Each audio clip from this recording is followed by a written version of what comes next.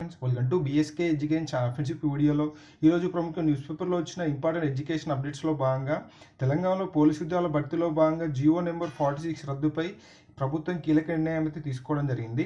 దాంతోపాటు తెలంగాణలో ప్రభుత్వ ఉద్యోగాల భర్తీలో రిజర్వేషన్లు అయితే తారుమారు కానున్నాయి. దాంతోపాటు తెలంగాణలో ప్రభుత్వ ఉద్యోగాల భర్తీలో భాగంగా వయోపరిమితిని అయితే పెంచడం జరిగింది. మరి అలాగే నిరుద్యోగుల కోసం ప్రముఖ జాతీయ బ్యాంకులు 500 పైచిలకు జూనియర్ అసిస్టెంట్ పోస్టుల భర్తీకి గాను అఫీషియల్ నోటిఫికేషన్ అయితే విడుదల కావడం జరిగింది. సో ఇప్పుడు ఆ నోటిఫికేషన్ సంబంధించి పూర్తి వివరాలను వీడియోలో చూద్దాం.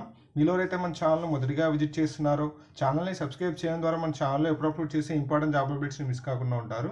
సో అప్డేట్ వీడియోలో భాగంగా చూసినట్లయితే జియో నెంబర్ 46 రద్దు ఇప్పటికీ లేనట్లే అనే హెడ్లైన్తో న్యూస్ పేపర్లో ఆర్టికల్ అవ్వడం జరిగింది. బ్యూరోలో భాగంగా చూసినట్లయితే అసెంబ్లీలో చర్చించి కేబినెట్ సబ్ కమిటీ ద్వారా జియో నెంబర్ 46 రద్దుపై నిర్ణయం తీసుకోవాలని ముఖ్యమంత్రి రేవంత్ రెడ్డి గారు నిర్ణయించారు. కొత్త నోటిఫికేషన్లకు సంబంధించి జియో నెంబర్ 46 రద్దు సాధ్యాసాధ్యాలను పరిశీలించాలని సీఎంకు అధికారులు సూచించడంతో రేవంత్ రెడ్డి గారు ఈ మేరకు నిర్ణయం తీసుకున్నారు. పోలీస్ నియామకంలో జియో నెంబర్ 46 రద్దు సాధ్యాసాధ్యాలపై చర్చించేందుకు జూబ్లీహిల్స్లోని తన నివాసంలో హైపవర్ కమిటీతో రేవంత్ రెడ్డి గారు సోమవారం రాత్రి సమావేశమయ్యారు. ఈ సమావేశంలో భాగంగా మంత్రి శ్రీధర్ బాబు, అడ్వకేట్ జనరల్ మరియు ఇతరులు పాల్గొనడం జరిగింది. త్వరలో కొన్ని ఉద్యోగాలకు సంబంధించి నియామక పత్రాలు జారీ చేయనున్న నేపథ్యంలో తీసుకోవాల్సిన చర్యలపై ఎలా ముందుకు వెళ్లాలని అడ్వకేట్ జనరల్ సలహా సూచనలను సీఎం గారు తీసుకోవడం జరిగింది. దానిలో భాగంగా తెలంగాణలో పోలీస్ నియామక ప్రక్రియకు సంబంధించి దాదాపు 15,750 పోస్టుల నియామక పత్రాలు అందించడం తప్ప వేరే మార్గం లేదని అడ్వకేట్ జనరల్ సంబంధించి అధికారులు తేల్చి చెప్పారు. మార్చి 2022లో పోలీస్ నియామకాలకు సంబంధించి గత ప్రభుత్వం నోటిఫికేషన్ జారీ చేసింది. అక్టోబర్ 4, 2023 నాటికి 15,750 పోస్టులకు నియామక ప్రక్రియ పూర్తయిన కోర్టు కేసుతో ప్రక్రియ పెండింగ్లో పడింది అని అధికారులు సూచించారు. అయితే సెలక్షన్ ప్రాసెస్ పూర్తయిన పోస్టులకు సంబంధించి నియామక పత్రాలు అందించాలని ఇటీవల హైకోర్టు తీర్పునిచ్చిన విషయాన్ని సీఎం దృష్టికి అధికారులు తెచ్చారు.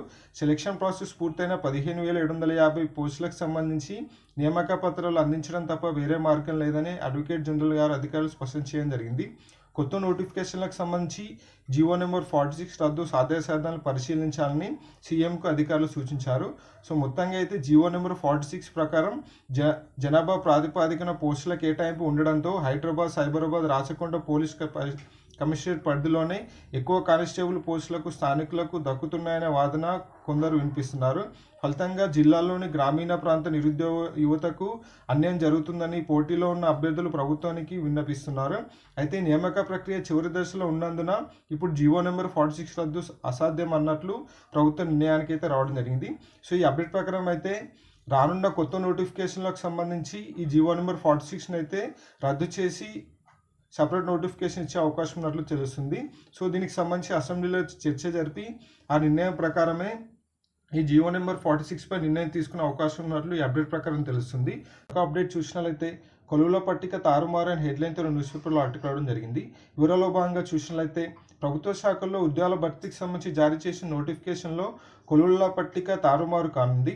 ఇప్పటికే జారీ చేసిన నోటిఫికేషన్లో నిర్దేశించిన పోస్టుల క్రమంలో మహిళా రిజర్వేషన్లు మాయం కానున్నాయి. సుప్రీంకోర్టు మార్గదర్శకాల అనుగుణంగా హారిజాంటల్ పద్ధతిలో మహిళలకు రిజర్వేషన్లు అమలు చేయాల్సిందిగా రాష్ట్ర ప్రభుత్వం ఇటీవల ప్రత్యేకంగా మెమోను జారీ చేసిన సంగతి తెలిసిందే. ఈ నేపథ్యంలో హారిజాంటల్ రిజర్వేషన్ల అమలుకు సంబంధించి నియామక సంస్థలు కసరత్తు వేగవంతం చేశాయి. ఇప్పటికే నోటిఫికేషన్లు జారీ చేసి ఉద్యోగాల భర్తీ చేయని వాటిల్లో హారిజాంటల్ రిజర్వేషన్లతో ఉద్యోగాల భర్తీని నియామక సంస్థలు సన్నద్ధమయ్యాయి. ఇందులో భాగంగా ఆయా ప్రభుత్వ శాఖలు సవరణ ప్రతిపాదనలు సమర్పించాలని సూచిస్తూ నియామక సంస్థలైన టీఎస్పీఎస్సీ, తెలంగాణ గురుకుల సంబంధించి బోర్డులకు నోటీసులు ఇచ్చాయి. వీలైనంత వేగంగా పోస్టుల క్రమాన్ని మార్చి పంపించాలని స్పష్టం చేశాయి. కొత్తగా ప్రతిపాదనలు సమర్పించిన తర్వాతే తదుపరి చెల్లింపులకు దిగుతున్నట్లు స్పష్టం చేయడంతో ప్రభుత్వ శాఖలకు సంబంధించి గ్రూప్ 1, గ్రూప్ 2, గ్రూప్ 3, గ్రూప్ 4 మరియు గురుకుల పోస్టులకు మరియు సంక్షేమ శాఖల్లో హాస్టల్ వెల్ఫేర్ ఆఫీసర్లు మరియు గురుకుల టీచర్ పోస్టులకు సంబంధించి సవరణ ప్రతిపాదనల తయారీకి సిద్ధమవుతున్నారు. ఇప్పటివరకు అనుసరించిన 100 పాయింట్ల రోస్టర్ పట్టికలో మహిళలకు 33% సంబంధించి పోస్టులను ఆయా వరుస క్రమంలో రిజర్వ్ చేసి చూపించేవారు. కానీ హారిజాంటల్ విధానంలో మహిళలకు ఎక్కడ పోస్టులకు సంబంధించి రిజర్వ్ చేయరు. భర్తీ సమయంలోనే ప్రతి మూడింటిలో ఒక పోస్టులకు సంబంధించి ఫార్ములా నేరుగా నియామకాలు చేపడతారు. అందువల్ల సంబంధిత శాఖలన్నీ మహిళా రిజర్వేషన్తో కూడిన కొలువుల పట్టికను సవరించి కేవలం పోస్టుల వారీగా కొత్త పట్టిక తయారు చేసి నియామక సంస్థలు సమర్పించాలని ఈ అప్డేట్ ప్రకారం తెలుస్తుంది. సో మరొక అప్డేట్ చూసినట్లయితే గరిష్ట వయోపరిమితి 46 సంవత్సరాలనే హెడ్లైన్తో మరొక ఆర్టికల్ అవడం జరిగింది.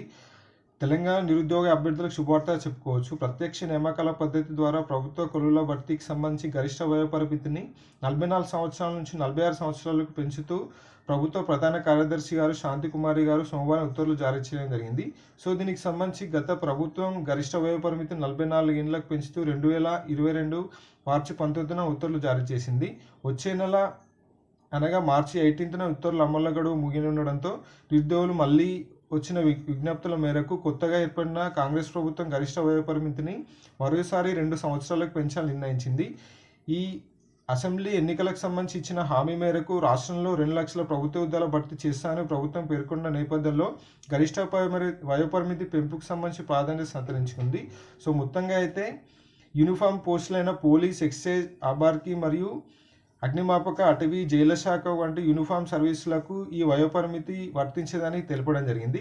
సో మిగతా ఉద్యోగాలకు సంబంధించి అయితే 46 ఏళ్ల వరకు అయితే మీరు ఈ ప్రభుత్వ ఉద్యోగాలకు ట్రై చేసుకోవచ్చని ఈ విధంగా 2 ఏళ్ళు వయోపరిమితి పెంచుతూ ప్రభుత్వం నోటిఫికేషన్ అయితే జారీ చేయడం జరిగింది. సో నెక్స్ట్ ఐడిబిఐ బ్యాంకులో దాదాపు 500 పైచలకు అసిస్టెంట్ మేనేజర్ పోస్టుల భర్తీకి సంబంధించి ఈ విధంగా అఫీషియల్ నోటిఫికేషన్ అయితే విడుదల కావడం జరిగింది. దేశవ్యాప్తంగా వివిధ జోన్లలో ఐడిబిఐ జూనియర్ అసిస్టెంట్ మేనేజర్ పోస్టుల భర్తీకి సంబంధించి నోటిఫికేషన్ విడుదల చేశారు. మొత్తంగా 500 వేకెన్సీ ఉన్నాయి. అందులో జోన్ల వారీగా మరియు వేకెన్సీ చూసినట్లయితే జూనియర్ అసిస్టెంట్ మేనేజర్ సంబంధించి 500లో భాగంగా అన్రిజర్వ్డ్ 203 మరియు ఎస్సీ వారికి 75, ఎస్టీ వారికి 37, ఈడబ్ల్యూఎస్ వారికి 50, ఓబీసీ వారికి 130 అయితే రిజర్వ్ చేయడం జరిగింది. అందులో అహ్మదాబాద్, భోపాల్, మన హైదరాబాద్లో కూడా వేకెన్సీ అయితే ఉండడం జరిగింది. అర్హత చూసినట్లయితే ఏదైనా ఒక గ్రాడ్యుయేషన్ ఉన్న both male and female candidates apply చేసుకోవచ్చు. ఎటువంటి దీనికి సంబంధించి ఎంత పర్సెంట్ ఉండాలని ఇక్కడ లేదు, కేవలం డిగ్రీ పాస్ అయితే సరిపోతుంది. మరియు ఏజ్ లిమిట్లో భాగంగా 21 ఇయర్స్ నుంచి 25 ఇయర్స్ లోపు ఉన్న క్యాండిడేట్స్ అప్లై చేసుకోవచ్చు.